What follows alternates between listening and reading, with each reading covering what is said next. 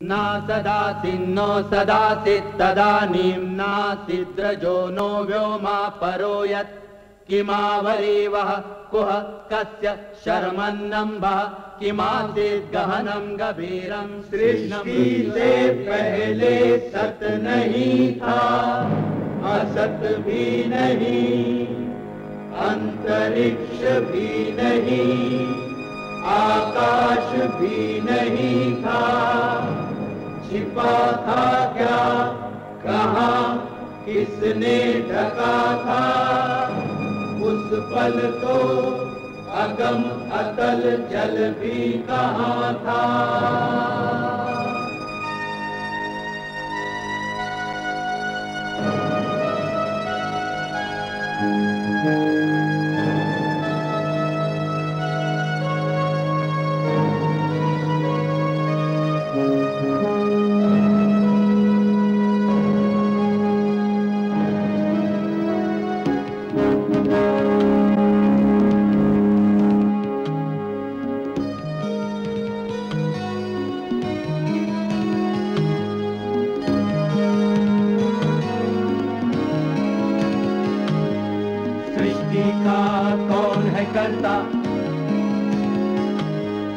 करता है वा अकर्ता,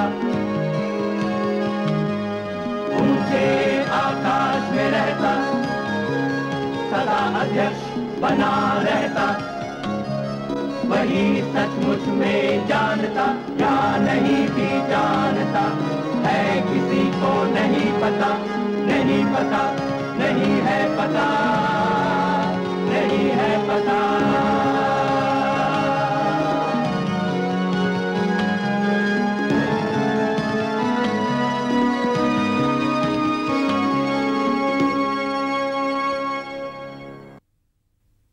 जिस जमाने में अंग्रेजों ने यहां अपनी हुकूमत कायम की तो भारत इतना तरक्की याफ्ता देश था कि यहां का माल सारी दुनिया में भेजा जाता था।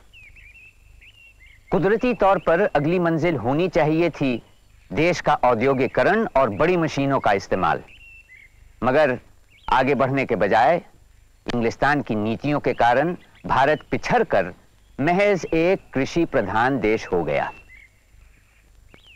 19वीं सदी में कुछ अंग्रेज नील का व्यापार करने की गर्ज से जमींदार बन बैठे। उन्होंने अपने असामियों से नील की फसल के वाबस्ता बड़ी सख्त शर्तें तय करवाईं। उन्हें अपने जोतों के कुछ खास हिस्सों को नील की खेती के लिए रखना पड़ा और फिर नील की फसल अंग्रेज जमींदारों को एक बंधी रकम पर बेचनी पड़ती। नील उगाने वाले काश्तकार अगले जमींदारों के तकरीबन बंधुआ मजदूर हो गए। नील के कारखानों के कारिंदे उन पर अत्याचार करते और चूंकि उन्हें अंग्रेज सरकार का सहारा था, उन्हें खुली छूट मिल गई। काश्तकारों की मुसीबत और तबाही जब बर्दाश्त से ज्यादा हो गई तो उन्होंने बगावत का रास्ता अपनाया।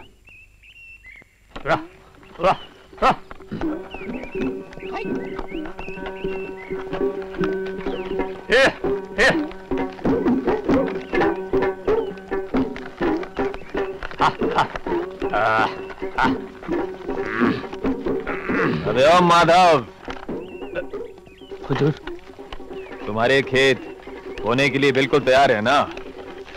तुमने नील के बोने के लिए पेशगी लिया कि नहीं? बड़ा साहब, हम ये खेत बड़ी मुश्किल से तैयार किए हैं धान के लिए। अगर हम धान नहीं उगाएंगे हुजूर तो हम खाएंगे क्या मालिक? धान? तुमने धान के बारे में बात करने की हिम्मत कैसे की? कल सुबह आकर अपना पेशगी लेना और नील का काम शुरू करना, वरना मैं और कोई बकवास नहीं सुनना चाहता हूं। हुजूर, आप जो कुछ भी कहें हमें मंजूर है, लेकिन अपन जान ये नहीं कर सकते मालिक, हम नील नहीं उगाएंगे। हमारा इतना छोटा सा तो खेत है मालिक, अगर हम धान नहीं उगाएंगे तो हमारी परिवारजन तो भूखे मर जाएंगे मालिक। ये तो तुम्हारे बाप को सोचना चाहिए था जब उसने हमसे उधार लिया, समझे तुम? तुमने हमारा उधार खाया बदमाश। अब कल सुबह सीधे तरीके से अपनी पेशगी लेना और नील का काम शुरू करना, वरना तुम बहुत पछताएगा। मैं आपका उधार चुकाऊंगा हुजूर, चांदी के टके में चुकाऊंगा, कौड़ी कौड़ी वापस करूंगा आपकी, लेकिन मैं नील की खेती नहीं करूंगा मालिक, वरना मैं तो बर्बाद हो जाऊंगा। तुम उधार का पैसा चुकाएगा फैक्ट्री को, वो भी चांदी के टके से? तुम्हारा दिमाग तो नहीं खराब हो गया? हम जानता कि आजकल कौन तुम्हारा दिमाग खराब करता है। वो लिबरल सूर जमींदार का बच्चा नबो कृष्ण बैनर्जी। माधव, तुम हमको अच्छी तरह जानता है, इस इलाके के सारे लोग मुझको अच्छी तरह जानते हैं।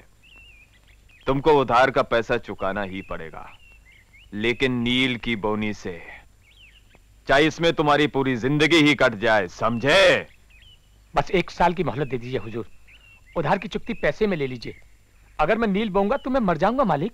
चुप रहो बदमाश, तुम अपने आप को बहुत ज्यादा अक्लमंद समझने लग गए हो। जिस भी गवार से पूछो वो बोलता हम नील की पेशगी नहीं लेंगे। मैं अगर नाराज हुआ तो तुम में से कोई नहीं बच पाएगा, वो जमींदार का बच्चा भी नहीं, समझे? ये कौन है? तुम्हारा किस्मत अच्छा है कुत्ते, तुम बच गया। मुझे तुम पर दया आया, लेकिन याद रखना, कल सवेरे सीधे कारखाने पे आकर अपनी पेशगी लेना। और आइंदा अगर तुमने मेरी हुक्मदुली किया या किसी को नील उगाने से मना किया तो मैं तुम्हें बर्बाद कर दूंगा, मैं तुम्हें खत्म कर दूंगा, समझे? चल चल।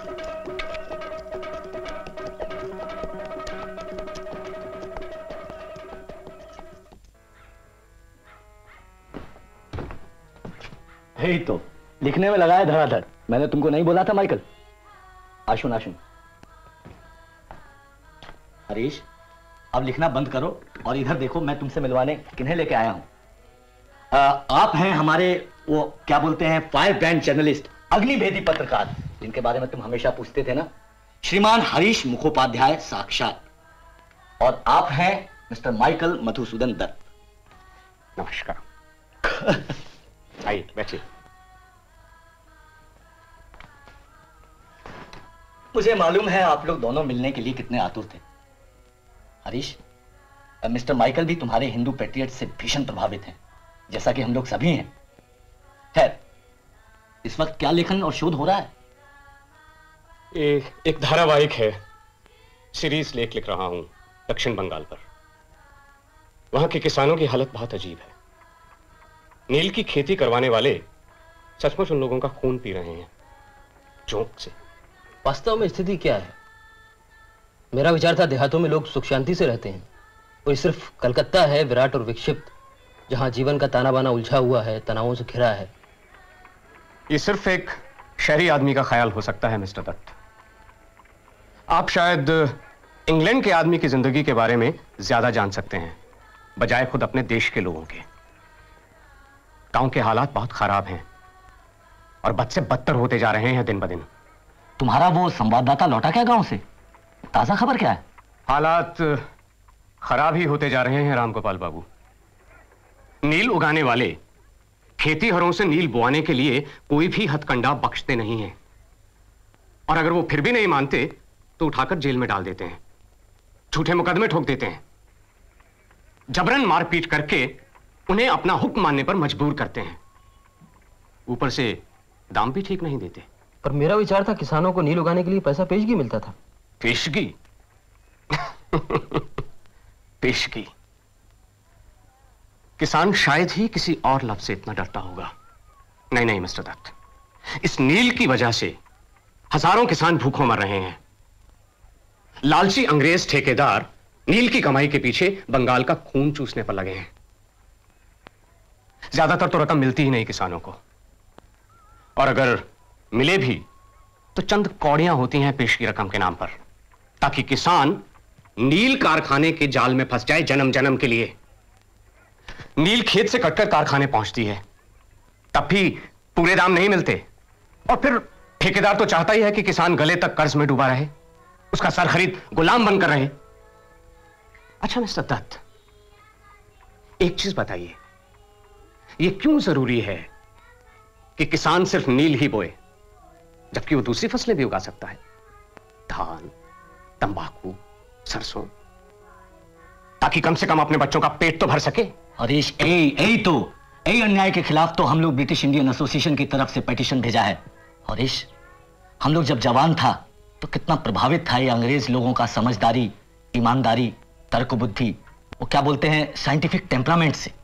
किंतु अब ब्रिटिश व्यापारी और अफसरों का लालच एकदम स्पष्ट दिखता है। उन लोगों को हमारा कोई चिंता नहीं है, पहले भी कभी नहीं था। ये अंग्रेज लोग बाबा भयंकर जातिवादी, शाला रेसिस्ट। मैं लज्जित हूं, मुझे पहले वस्तु स्थिति का ज्ञान नहीं था मुखर्जी महाशय। मुझे विश्वास है यदि आपने किसानों की लड़ाई का बीड़ा उठाया है तो उनको न्याय भी अवश्य मिलेगा। मेरी प्रार्थना है यदि मैं कुछ कर सकूं तो। आप बहुत कुछ कर सकते हैं। आपकी प्रतिभा से पूरा कलकत्ता परिचित है। आपके नाटक, आपकी कविता, अंग्रेजी और बांग्ला दोनों में आपकी जो पकड़ है उसने तो हम सबको हिला रखा है। मेरे एक दोस्त हैं जिन्होंने एक नाटक लिखा है इस नील अत्याचार के बारे में। यह नाटक जरूर तारीख में जाएगा। आप उसका तर्जुमा करेंगे अंग्रेजी में? नाटककार कौन है और नाटक का शीर्षक क्या है?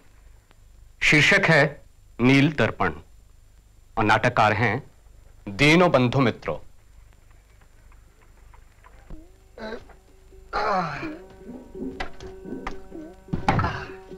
अरे बाबा वो दीवान नहीं, भेड़िया है भेड़िया। मुझ पर ऐसे झपटा जैसे मुझे कच्चा चबा जाएगा। मेरी एक नहीं सुनी और मेरी जमीन पर चक लगाकर चला गया। अरे बाबा, अगर हम 5 बीघा जमीन पर नील बोएंगे तो खाएंगे क्या? भूखे मर जाएंगे।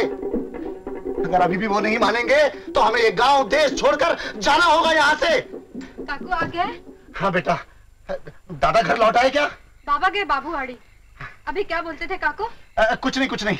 तू जा बेटी, मेरे लिए एक गिलास पानी लिया। गला प्यास के मारे जलता है। ओहो, उन सालों से मैंने बहुत कहा लेकिन उन्होंने मेरी एक भी नहीं सुनी। क्या हुआ राय? इतनी जल्दी कैसे आ गए? अरे उस साले हरामी अमीन ने अपनी चंपा से अपनी सुनहरी जमीन को नील उगाने के लिए ले लिया है। अब हम खाएंगे कहां से? 2 पसेरी चावल अब कहां से लेकर आएंगे दादा? अब हमारा क्या होगा? अन्याय अन्याय अन्याय।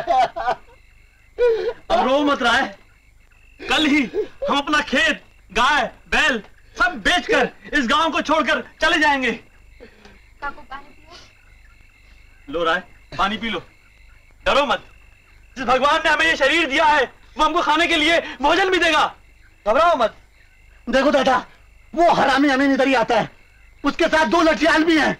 वो हमें यहाँ से पकड़ कर ले जाएंगे। अब भागी नील के कारखाने। हाथ इस बदमाश के। नहीं। क्यों मानते हो तुम लोग इसे? विपदा विपदा। अरे तुम जाओ ना बाबू बड़ी, बुलाओ ना बड़े। नहीं जाओगे तुम, सिर्फ हमारे साथ जाओगे और अपने भाई की जगह इस नील की पेशगी के कागज पर दस्तखत करो। ये पेशगी का कागज नहीं, मौत का कागज है। इस देश में राम राज्य था इस नील के आने से पहले, पर अब सब भिखारी हैं, कंगाल हैं, दाने नाने को मोहताज हैं, सब तरफ अकाल है इस नील के कारण। अरे अमीन, कुछ तो दया करो, थोड़ा पानी तो पी लेना दो इसे। ये जवान छोरी देखने में बुरी नहीं है। अगर एक बार अपने छोटे बाबू को मिल जाए तो हो सकता है उनका दिल इस पे जरूर आ जाएगा। लेकिन जब मेरी अपनी बहन को घर में बिठाकर उसने मुझे पेशकार नहीं बनाया तो इसे पाकर क्या बना देगा? लेकिन लौंडिया है बहुत खूबसूरत, कोशिश करनी चाहिए। खतरो, अंदर जाओ तुम। और पापी अमीन, तेरे घर में माँ बहन बीवी बच्चे नहीं है क्या? कितना मारा है तूने, किस कदर पीटा है, एक बूंद पानी भी नहीं पीने दिया उसे। अरे इस बेचारे ने सुबह से कुछ खाया भी नहीं है। कैसी करमजली दुनिया में रह रहे हैं हम लोग। विनाश विनाश। बेवकूफ औरत, बंद कर बड़बड़। अब चाहे खाना खिला चाहे पानी पिला, हम तो इसे लेके जा रहे हैं। ले जाओ इस घर।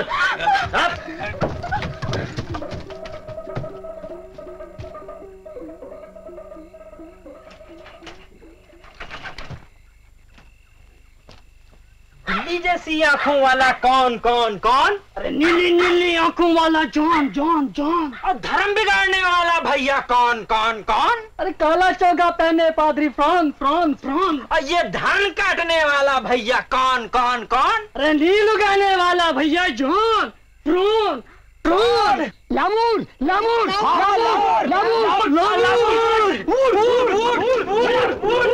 अब हम आ गया है मंच पर। दीवान दीवान, मैंने की है गलती क्या बतलाऊं मुझे माय लॉर्ड? भोर पहरी उठ करके सीधा काम में जुट जाता हूँ। बाद दोपहर 3 बजे ही भात टात कुछ खा पाता हूँ। रात रात में जग करके भी नील की बही बनाता हूँ। इतना ये सब कर करके मेरी कमर हो गई हार्ड। मैंने की है गलती क्या बतलाऊं मुझे my lord? Shut up you rascal. Swaropur, Jamnagar, Shantigarh, किसी भी गांव ने 1 पैसा पेशगी नहीं मांगी। लेकिन तू नहीं समझेगा मूर्खचंद, क्या दिखाऊं तुझे ये शामचंद? नहीं नहीं माय लॉर्ड, मैं हूं आपका चाकर, आप मेरे मिलॉर्ड। आपकी ही मेहरबानी से मैं पेशकार से बना हूं दीवान। कर दे मेरे टुकड़े आप, फिर भी मानूंगा एहसान। मगर हुजूर, कुछ जबरदस्त दुश्मन हो गए हैं आपके पैदा। नील की पैदावार को जो खत्म करने में है आमादा। सरकार, उन लोगों को सबक सिखाए बिना काम नहीं चलने वाला। बेवकूफ, नाम तो बताओ उनका, नहीं तो कैसे दूंगा उनको मैं सजा? क्या नहीं है मेरे पास? रुपया, घोड़ा और लठियाल मार मार के कर दूंगा मैं उनका बुरा हाल। मेरा पुराना दीवान मुझे एक एक बात की खबर देता था, लेकिन तू तो मूर्ख है, इडियट है। मैंने गांव के लोगों पर कोड़े बरसाए हैं, उनके गाय बैल हकवाए हैं, उनकी औरतों को उठवाया है, उनके सामने उनके मर्दों को पिटवाया है। लेकिन तूने क्या किया, इडियट? अब मैं तुझे हटाऊंगा, नौकरी से बाहर करूंगा। सरकार, धान की खेती मिटाकर नील लगवाने और गोकुल चंद बोस की पुश्तैनी जमीन दिलवाने में मैंने जो आपकी सेवा की है, ऐसी और कौन कर पाएगा सरकार? खड़ा हो। जानता है, वो बदमाश नवीन माधव अपने हिसाब किताब की बात करता है, लेकिन मैं उसे 1 पैसा नहीं दूंगा। बहुत कोर्ट कचहरी के बारे में जानता है ना, लेकिन एक खिदाम भी ना पाया मुझसे। वो वही तो है आपका सबसे बड़ा दुश्मन। उसी ने तो किया था मुकदमा और मुंसिफ को ऐसा चकराया कि अपना वकील कुछ भी नहीं करने पाया। मैंने उसे बहुत समझाया। बोला, सुनो, अपना गोरा साहब ने तुम्हारा घर नहीं जलाया, लेकिन वो बोला, दीवान, धन्य होऊंगा मैं अगर एक भी किसान को नील वालों से बचा सका तो। वो साला मिशनरी सा बन गया। क्रिश्चियन आपका मां भाई। चुप, शर्म नहीं आती है बेशर्म? कहां से आएगी शर्म? जब से इस नील के धंधे में आया हूं फूटे हैं मेरे कान। सब छोड़कर आया हूं, डर, इज्जत और शर्म। चुप, मुझे काम चाहिए, बात नहीं। इस बेवकूफ को क्यों बांध कर लाया है? सरकार, नवीन माधव ने किसानों के मुखिया को भड़काया है। इसने नील के खेतों में भीषण कदर मचाया है। साहब, ये झूठा इल्जाम है मुझ पर। मैंने चाहे अनचाहे हर साल नील की खेती की है, इस साल भी करने को तैयार हूँ। पर साहब, आपको मेरी एक बात का जवाब देना पड़ेगा। अगर मेरे पास 20 बीघा खेत है, उसमें से अगर मैं 10 बीघे में नील उगाता हूँ, तो मैं बच्चों को क्या खिलाऊंगा? उनको भूखा मालूम करेगा मैं? बहुत अकलमंद हो गया है साला। सरकार, ये किसानों को कानून बताता है और हमारे खिलाफ भड़काता है। हुजूर, स्कूलों ने गांव में बड़ा हड़कंप मचाया है, गवारों को, किसानों को सरकशी के लिए भड़काया है। मैं सरकार को इनके खिलाफ खत लिखूंगा। इनकी पाठशालाओं को तो मैं देख लूंगा। अगर इनके स्कूलों को मैंने बंद ना करवाया तो मैं भी जे फुट न कहलाया। और ये बेवकूफ चाहता है मुकदमा अदालत तक ले जाना। यू स्काउंड्रल, पड़ेगा जिंदगी भर तुझे पछताना। फौरन पेशगी पकड़ और अपने खेतों में नील उगा, नहीं तो अपनी नंगी पीठ पर ये कोड़ा खा।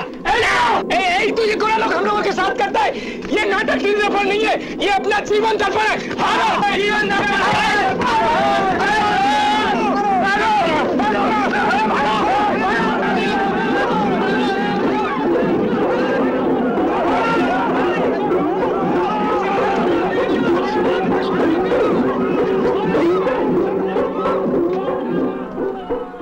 नहीं नहीं, अब हम और नहीं सह सकते।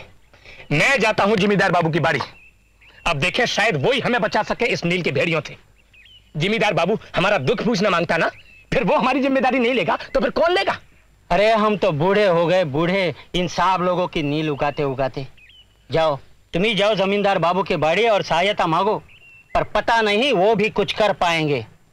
हम भी गए थे ना वो खाने और बाबार बाड़ी, पर हमारे वास्ते समय था कहाँ उनके पास। दादू वो तो नवो कृष्ण बाबू के बाप के जमाने की बात थी, पर बेटे में फर्क है।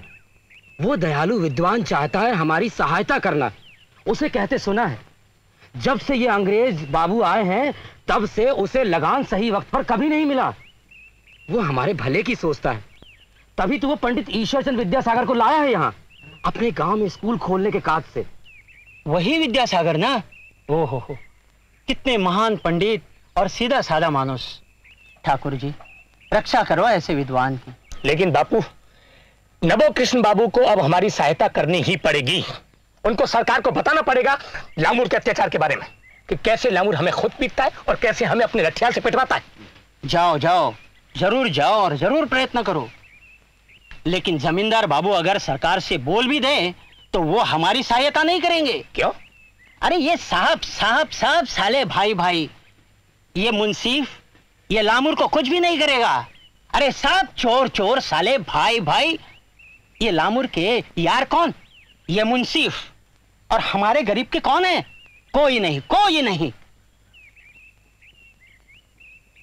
तो इसका मतलब है कि हमें अपनी सहायता खुद करनी पड़ेगी, मगर अब हम ये सहेंगे नहीं। नील बोने से तो मर जाना अच्छा। एक बार पेश की ली और हमेशा के लिए जिंदगी हराम।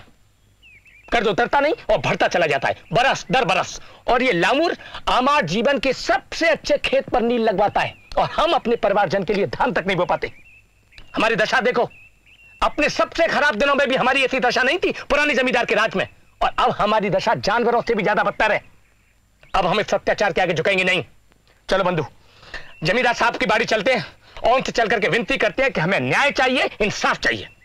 हम तो बूढ़ाए गए माधव, बूढ़ाए गए, फिर भी हम तुम्हारे संगे चलेंगे। माधव, ये नील का बेगार अगर रुकेगा ना तो हम भी खुशी खुशी मर सकेंगे। चलो बंधु, चलो चलो, चलो। आओ।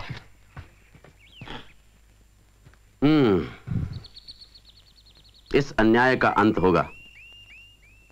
नील की खेती जिसने हमारे गांव के चेहरे से मुस्कान पोंछकर दर्द की स्याही पोत दी है, उस नील की खेती का अंत होगा और फिर से तुम्हारे खेतों में धान की हरियाली लहलहाएगी। मैं तुम्हारे साथ हूं। अब तुम अपने गांव वापस जाओ। रैयत पर हो रहे अत्याचार को रोकने के लिए मैं जो कुछ कर सकता हूं जरूर करूंगा। जाओ, लेकिन एक बात याद रखना, सब लोग गोरे फिरंगियों को नील बोने से इनकार करोगे।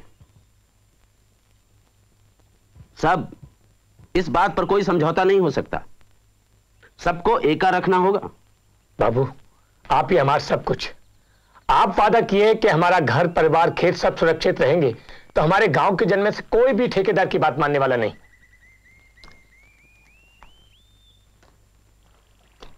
मैं तुम्हें विश्वास दिलाता हूं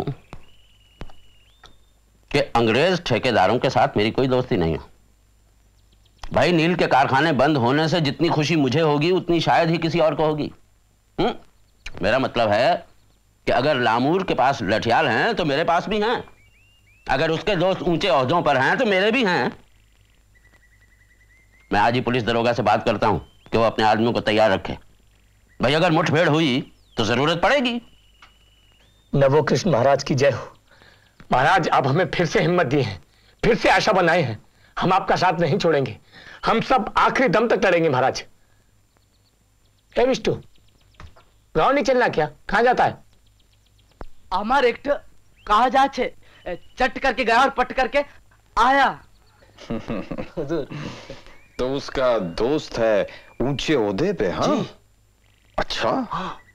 वो दारोगा से मिलेगा जाकर? हाँ सरकार। अच्छा जी सरकार। बहुत अच्छा, बहुत अच्छा। तुम्हारा नया जमींदार साहब तो एकदम गधा है ना सरकार। वो ये जानता ही नहीं कि पाला किससे पड़ा है। अभी नहीं जानता वो, लेकिन एक दिन जरूर जान जाएगा। तुम अच्छा काम करता है। जी सरकार। दिवाकर, दिवाकर। जी सरकार। इस आदमी को एक चुन्नी देना। जी जी। लेकिन याद रहे। जी सरकार। किसी को एक लफ्ज मत बोलना और कल सवेरे तैयार रहना। और एक काम है तुम्हारे लिए, अब जाओ। आप जो बोले हुजूर करूंगा, आप हुक्म करें ना।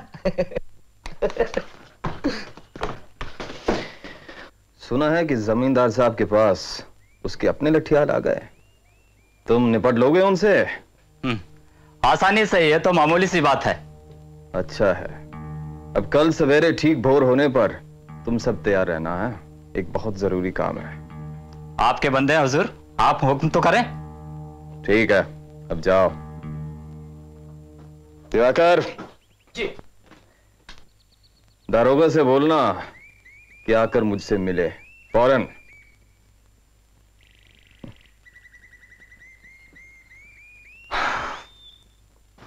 अब मेरी बात ध्यान से सुनो। इन गांव वालों को ऐसा सबक सिखाओ कि जिंदगी भर ना भूल पाए। एक बात और, मुझको माधव चाहिए, माधव। अब जाओ।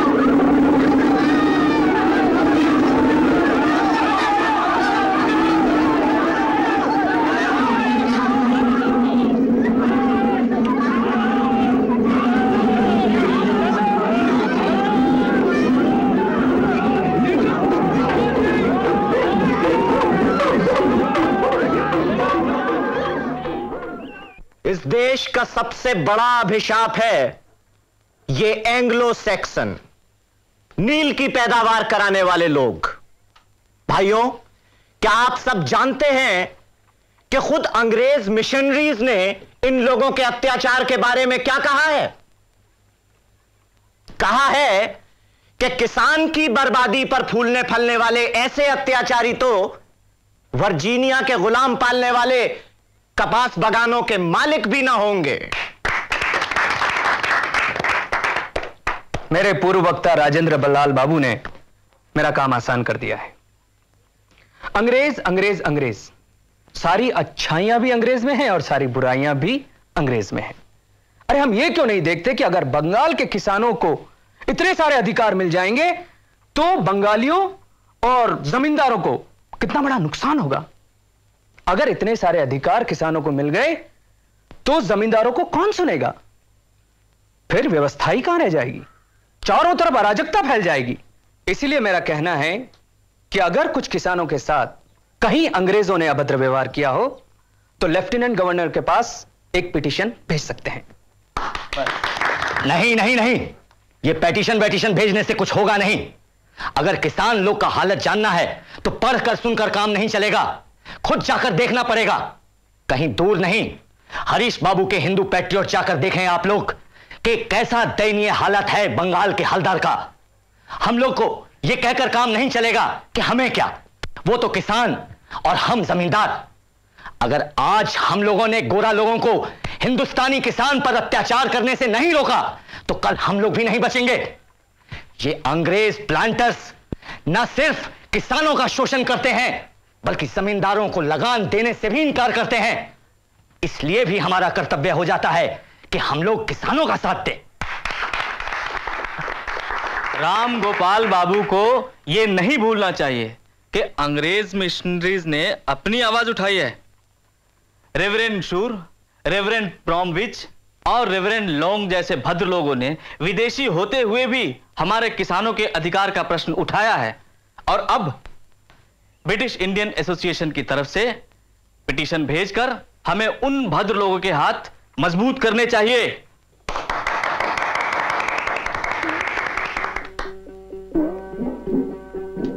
ये कोई पहला पिटीशन नहीं होगा जो हम भेजेंगे दोस्तों, और ना ही ये आखिरी होगा। लेकिन इतना ही काफी नहीं है।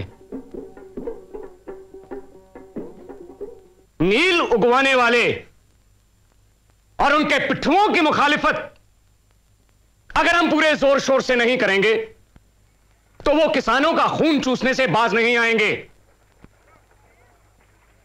सच बात तो यह है दोस्तों कि इंडिगो प्लांटर्स एसोसिएशन उल्टे हमारे ही बारे में अफवाहें फैलाने में लगा हुआ है। बंगाल हरकारा और द इंग्लिशमैन, इन दो अखबारों को अगर एक नजर भर भी देखें तो आपको पता लग जाएगा। यह बात साफ पता चलती है कि अपने लालच के लिए घटिया से घटिया स्तर पर गिराएंगे ये लोग। लॉर्ड कैनिंग के पास भी इन लोगों ने दरखास्त भेजी थी कि पीटर जॉन ग्रांट का तबादला कर दिया जाए। क्यों? वो सिर्फ इसलिए दोस्तों कि किसी का जरा भी ईमानदार और इंसाफ पसंद आदमी का लेफ्टिनेंट गवर्नर होना इन लोगों के बर्दाश्त के बाहर की चीज है। दोस्तों, एक बात हमें साफ समझ लेनी है कि हमारी लड़ाई तब तक खत्म नहीं होगी जब तक एक एक यूरोपियन ठेकेदार यह नहीं समझ जाता कि नील की जबरदस्ती बुआई को बंद होना ही होगा।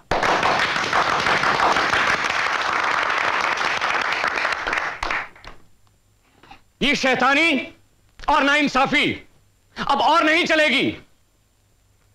जब तक गांव के किसान को यह आजादी नहीं मिलती कि वह अपनी पसंद की फसल बोएगा, तब तक हमें अपनी यह जंग जारी रखनी होगी।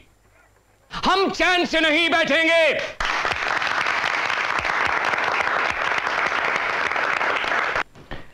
ये तुम्हारे लिए कुछ बख्शीश है कि तुम हमारे रास्ते में मत आना।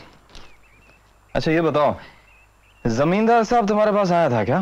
बिल्कुल आया था हुजूर, और फरमा रहा था कि आपके आदमियों ने बाकायदा गांव पर हमला बोल दिया।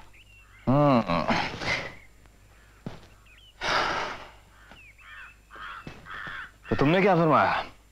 फरमाना क्या था हुजूर, बस कह दिया कि बिना तफ्तीश किए मैं कोई बयान दर्ज नहीं कर सकता। तो तफ्तीश होगा क्या? Will you investigate? Yes sir.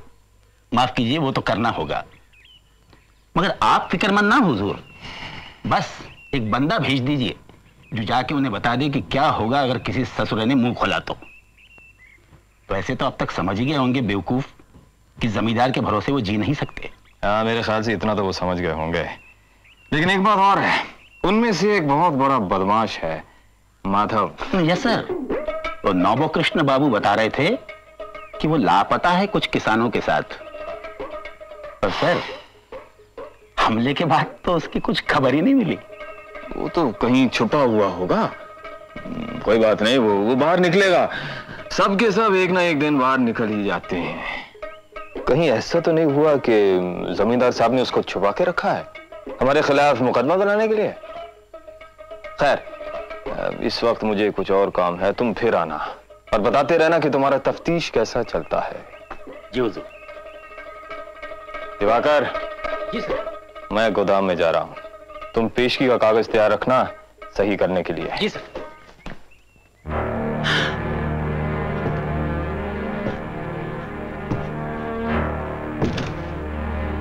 Meeting में हल्ला मचाने वाले तुम लोग थे? तुम लोग कह रहे थे कि जमींदार बाबू तुम्हें बचा लेगा। अब कहां है तुम्हारा जमींदार बाबू? है मुझको कहीं नजर तो नहीं आता? दया करो, दया करो। खामोश! गलीस, बददार, पहले मुंह लगते हो फिर दया मांगते हो। तुम सबको फांसी चढ़ा देना चाहिए। हुजूर, हम आपके खिलाफ कभी नहीं बोले। आप भी हमारे माई बाप हैं। हुजूर, हम गरीबों की हिम्मत। खामोश! मैं सब जानता हूं, समझे? सब जानता हूं। तुम सबको पीट पीट के मार डालना चाहिए। लठियाल, रुक जाओ। हम इन कुत्तों को अभी नहीं मारेंगे, हम इनको और एक मौका दे देंगे। अब ध्यान से सुन लो बदमाशों, मैं तुमको जिंदा छोड़ दूंगा 2 शर्तों पे।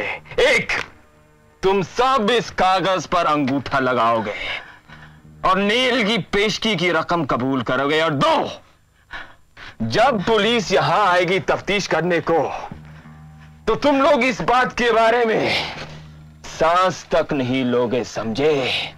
और अगर तुमने इनकार किया तो मैं तुम सबको मार डालूंगा। सिर्फ तुमको नहीं, तुम्हारे परिवार और एक-एक बच्चे को भी, समझे? नहीं नहीं, हम कुछ नहीं कहेंगे, हम कुछ नहीं कहेंगे। पुलिस साहब आएंगे तो भी कुछ नहीं कहेंगे, लेकिन हमें छोड़ दो, हमें छोड़ दो। तुमने मेरी बात नहीं सुनी क्या? मैंने कहा 2 शर्तों पर। अब बोलो, इस कागज पर अंगूठा कौन नहीं लगाएगा? हुजूर, और सब कुछ मांग लो, बस यह नहीं होगा। सरकार, सरकार, हमको पेशी मत दो सरकार, पेशी मत दो सरकार। लठियाल!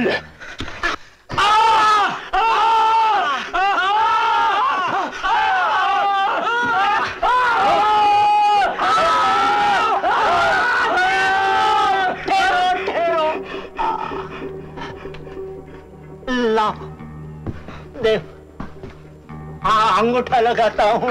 नहीं नहीं, हे भगवान रक्षा करो, अब और बर्दाश्त नहीं होता। बहुत अच्छा, बहुत अच्छा। अब और कोई है जो इस कागज पर अंगूठा नहीं लगाना चाहता? नहीं लगाऊंगा। नहीं लगाओगे? नहीं लगाऊंगा। नहीं लगाओगे? मारो साले को।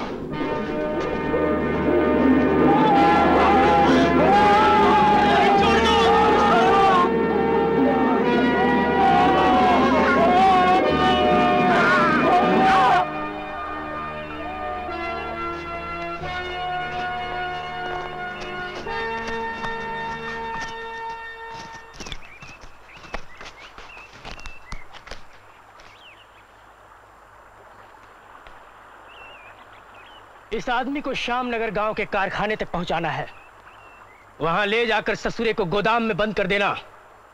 और ध्यान रहे, किसी को भी एक शब्द भी मत कहना इसके बारे में। फिक्र नहीं करो दीवान जी, काम हो जाएगा। ये के आदमी है भाई? अरे बागी रहा ससुरा, बागी। नील साहब से भिड़ना चाहता था, अकेले। अब देखो एक ही दशा। लागत है सांस नाही चलत ई का, के भाई जिंदा है के मर गई देखता। अरे सराऊ का हमरे सर पे मरना आता है? हमका बहुत काम है, पर बोझा काहे का ढोई। रुक, अरे तो सचमुच मर गया रे। ये तो बहुत गड़बड़ हो गया। एक काम करते हैं, साले को उठा के पानी में फेंकते हैं। हाँ भी। ए उठा। नहीं, नहीं भाई नहीं। ए हरामखोर,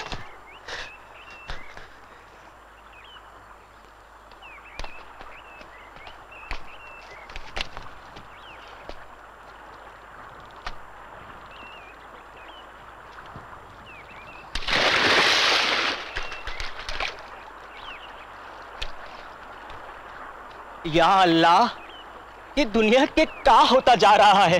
ये नाबोकृष्ण बाबू ने रिपोर्ट दर्ज की थी कि कुछ रात पहले इस गांव पर एक कातिलाना हमला हुआ था। उसी की बिना पर हम मौके पे तफ्तीश करने आए हैं।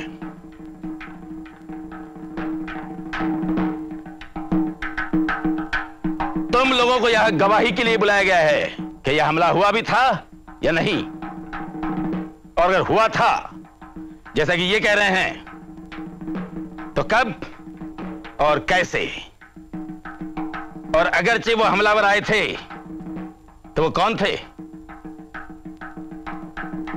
मौका मुआयना करके हम अपनी रिपोर्ट मुंसिफ साहब को भेज देंगे, जिससे वो आगे जो ठीक समझे वो कार्रवाई करे।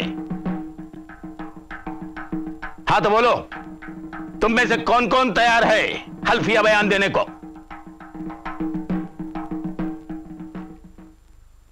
अरे बोलो बोलो, दरोगा साहब को बताओ साफ साफ जो हुआ था।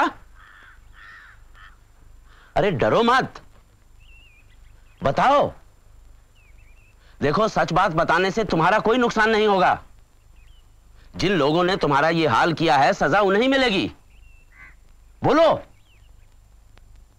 अरे कहो, बोलो। नाबो कृष्ण बाबू, मेरे ख्याल से इनके पास कहने के लिए कुछ है ही नहीं। क्या बे, कुछ कहना है तुझे? ये सब डरे हुए हैं, साफ दिखाई दे रहा है।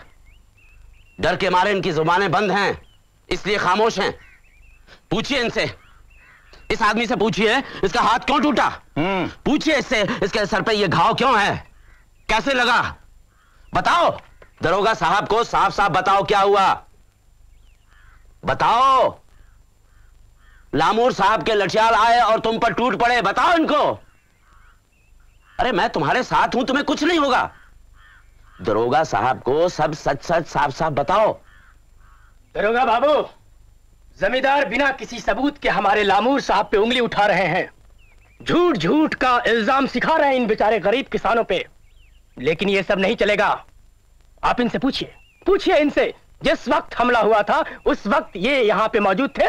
जो ये कह रहे हैं कि हमला हुआ था, क्या इन्होंने लामूर साहब को यहाँ पे देखा था?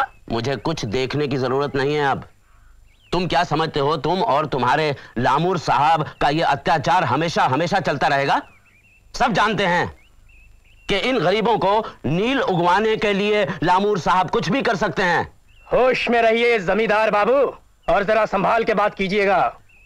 यहां मौजूद हर एक आदमी ने नील बोने के लिए पेशगी रकम ली है, और अपनी मर्जी से, बिना किसी जोर जबरदस्ती के। मेरे पास सब कागज हैं, एक एक आदमी का अंगूठा लगा हुआ है, और मुझे आपके बारे में सब मालूम है। क्यों आप लामूर साहब को उलझाना चाहते हैं? अरे जमींदार होने पे भी आपको लगान वसूली नहीं मिलता ना, इसीलिए आप आज अचानक इन बेचारे किसानों के हिमायती बन बैठे हैं। अरे वाह! मेरे ख्याल से नबो कृष्ण बाबू, इस तफ्तीश को आगे बढ़ाने का कोई मतलब नहीं लगता। मैं मजिस्ट्रेट साहब को रिपोर्ट भेज देता हूं कि कोई हमला नहीं हुआ। हाँ, न कोई मुद्दई न गवाह। अरे बयान तो दूर, यहां किसी ने कोई सवाल तक नहीं उठाया। मुझे कुछ पूछना है। कहाँ है मेरा आदमी? कौन है औरत? जमींदार बाबू, आप तो बोले थे कि आप हमारी रक्षा करेंगे। कहाँ गया मेरा आदमी? कहाँ ले गए वो उसे? पागल औरत है। आइए दरोगा बाबू, मैं आपको अपने घोड़े तक छोड़ दूं।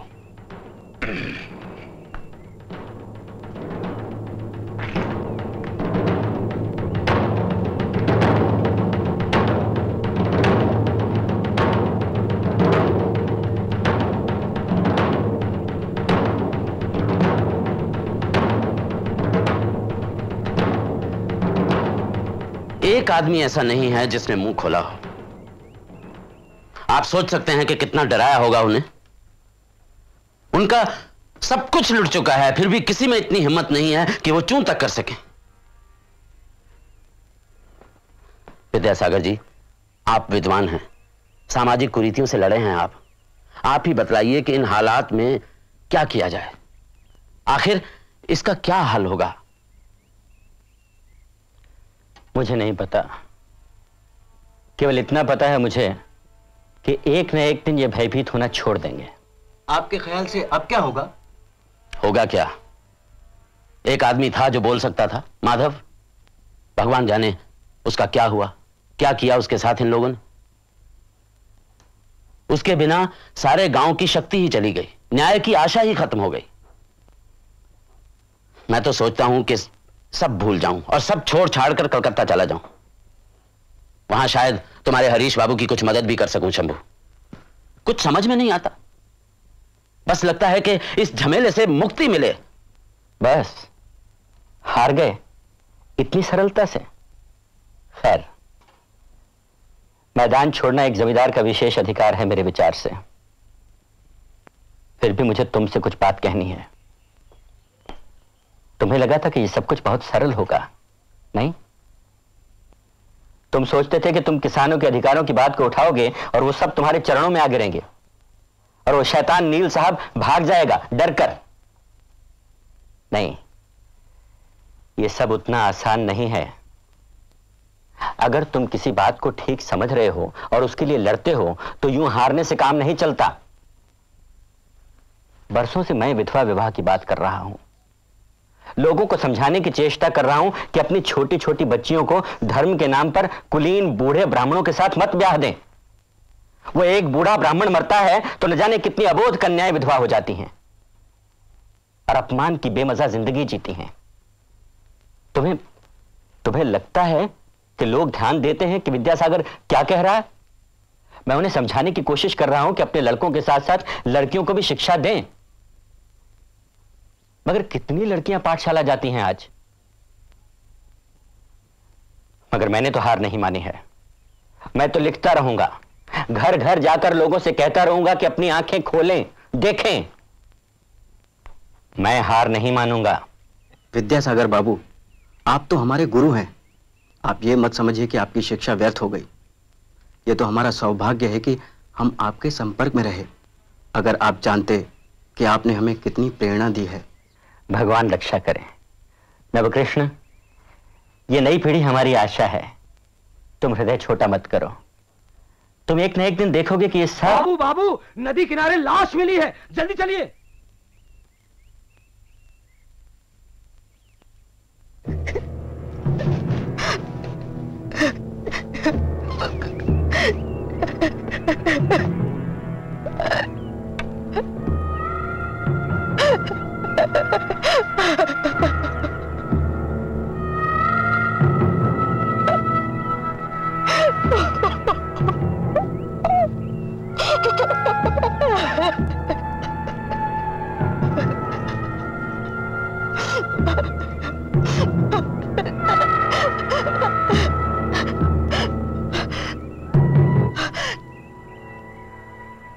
क्या कर सकते हो तुम लोग? कर क्या सकते हो तुम लोग? जाओ जाओ, जाकर तलवे चाटो, तलवे चाटो उनके जिनसे मारा है मेरे आदमी को। साहब गवर्नर तक ने कहा कि नील मालिक को अत्याचार नहीं करना है। तुम सबने सुना जब वो आया था इधर दौरे पर। सबके सब डरपोक हो, कुत्ते हो, कुत्ते तुम सब। सिर्फ भौंकना जानते हो। एक यही था जो खड़ा हो सकता था सबके सामने, और ये भी गया।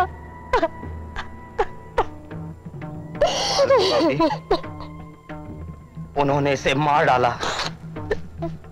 पर चित्तो हलदर का तुमसे वादा है कि इसकी मौत बेकार नहीं जाएगी, खाली नहीं जाएगी।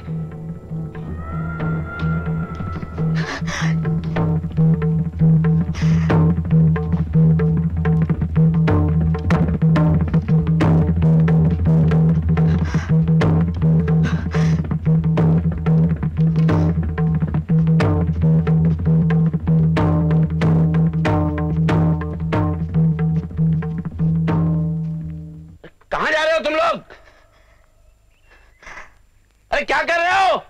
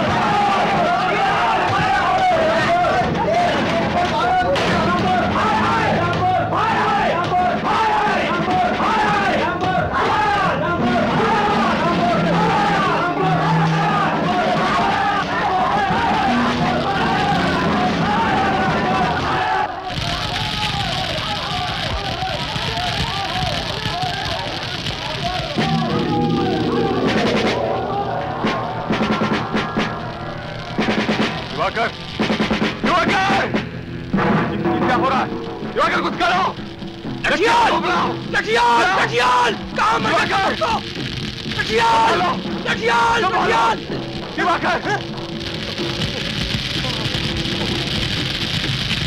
कौन तुम लोग? देखूंगा एक एक को देखूंगा, तुम लोग किसी को नहीं छोड़ूंगा, एक एक को देखूंगा। अरे अरे क्या कर रहा हो, क्या कर रहा हो?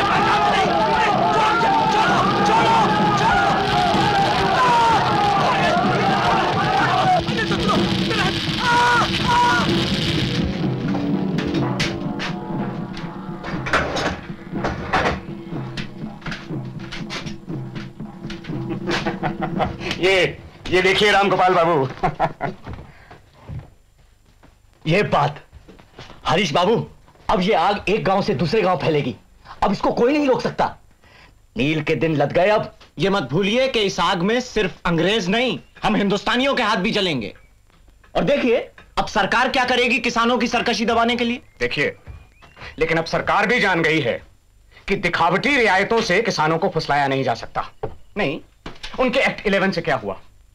चंद बेईमान मजिस्ट्रेटों को हक मिल गया अपनी मनमानी करने का, और सैकड़ों बेकसूर किसानों को जेलों में ठूंस दिया गया। एकदम, यहां तक कि खुद ग्रांट को मानना पड़ा। ये देखिए, मूल प्रश्न इस बात का है कि यहां का किसान से नील की खेती करवाई जाती है, लेकिन उनको उनका उचित मूल्य नहीं दिया जाता। यहां की रैयत कैरोलिना के गुलाम नहीं, बल्कि इस देश के आजाद किसान हैं। देखिए, आप लोग शहरी आदमी हैं, कलकत्ता में नौकरी और काम धंधा करके काम चला लेते हैं, लेकिन उन सैकड़ों और हजारों जमींदारों और भूमिहारों के बारे में आपने कभी सोचा है? अगर किसानों को इतने सारे अधिकार मिल गए तो हम सब लोगों का क्या होगा? देखिए किशोरी बाबू, अगर हम आज अंग्रेजों का हिंदुस्तानी किसानों पर हो रहा शोषण नहीं रोकेंगे तो कल गांव में अपने हक कैसे जमा पाएंगे? और कोरा साहब के लिए काला हलदर और काला भूमिधर दोनों एक ही हैं। आप क्या समझते हैं कि अंग्रेज ठेकेदार यूं ही मान जाएंगे? अरे पुराने घाघ हैं ये सब, नए हथकंडे अपनाएंगे। जानते हैं गांव में बटाई की रकम कितनी बढ़ गई है, और अब किसान बेदखल हो रहे हैं आपके इस नील आंदोलन के कारण। अराजकता फैलेगी तब अकल आएगी। देखिए, कुछ भी हो, कम से कम पहली विजय तो किसानों की हुई। कम से कम हमारे हिंदुस्तानी वर्ग के लोगों को यह तो पता लगा कि किसानों की भी अपनी हस्ती है। सरकार को मानना तो पड़ा कि किसानों का बहुत बुरा हाल है गांव में। किसानों को इतना हक तो मिला कि नील की बुआई से ना कर सकें, अपनी जमीन पर अपनी मनपसंद फसल बो सकें, कुछ ऐसा उगा सकें जिसे खाकर कम से कम 2 वक्त की रोटी तो नसीब हो। यही तो विजय है, यही तो विजय है किसानों की हरीश बाबू। लोगों को क्या हुआ?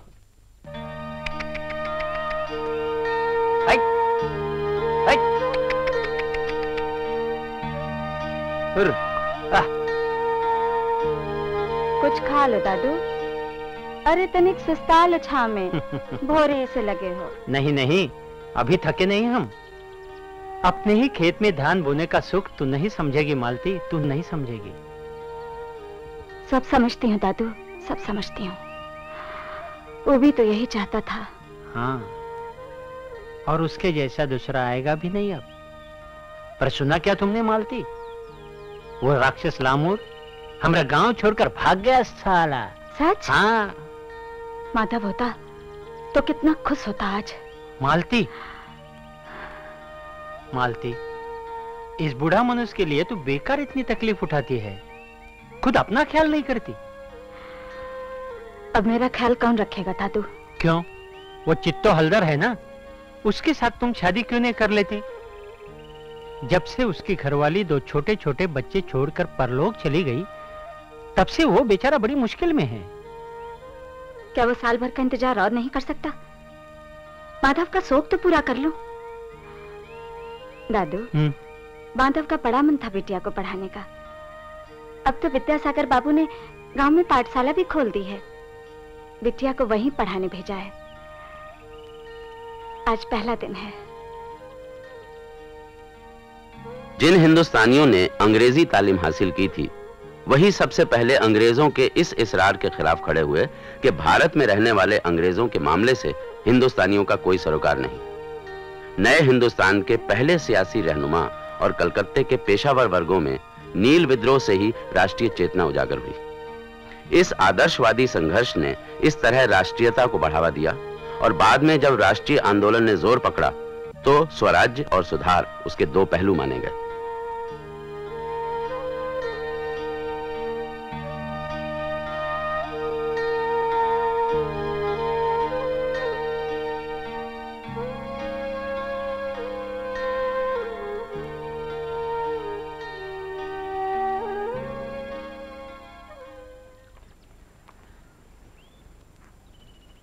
उन्नीसवीं सदी में अंग्रेजी हुकूमत का ब्यौरा देखकर किसी भी हिंदुस्तानी को बेहद आक्रोश होता है और गुस्सा आता है, मगर यह भी साबित हो जाता है कि हर मामले में अंग्रेज हमसे बेहतर थे। खास तौर से हमारी कमजोरियों और मतभेदों से फायदा उठाने का जो उनमें मादा था। जो कौम कमजोर है, जो जमाने की दौड़ में पिछड़ जाए, वो आफत को खुद बुलावा देती है और आखिरकार अपने सिवा किसी और को इल्जाम भी नहीं दे सकती। अगर इन हालात में अंग्रेजी हुकूमत और उसके अंजाम हादसों की कुदरती कड़ियां थीं, तो दोनों की मुठभेड़ भी लाजमी थी। हिरण्यगर्भात् समवर्तताग्रे भूतस्य जातः पतिरेक आसीत् सदाधार पृथिवीं जामुते मां कस्मै देवाय हविषा विधेम। वह था हिरण्यगर्भ सृष्टि से पहले विद्यमान, वही तो सारे भूत जात का स्वामी महान, जो है अस्तित्वमान धरती आसमान धारण कर। ऐसे किस देवता की उपासना करें हम हवि देकर, जिसके बल पर तेजोमय है अंबर, पृथ्वी हरी भरी स्थापित सिर, स्वर्ग और सूरज भी स्थिर। ऐसे किस देवता की उपासना करें हम हवि देकर, गर्भ में अपने अग्नि धारण कर पैदा कर, व्यापा था जल इधर उधर नीचे ऊपर, जगा जो देवों का एकमेव प्राण बनकर। ऐसे किस देवता की उपासना करें हम हवि देकर। ओ सृष्टि निर्माता स्वर्ग रचयिता पूर्वज रक्षा कर, सत्य धर्म पालक अतुल जल नियामक रक्षा कर। फैली है दिशाएं बाहु जैसी उसकी सब में सब पर, ऐसे ही देवता की उपासना करें हम हवि देकर। ऐसे ही देवता की उपासना करें हम हवि देकर।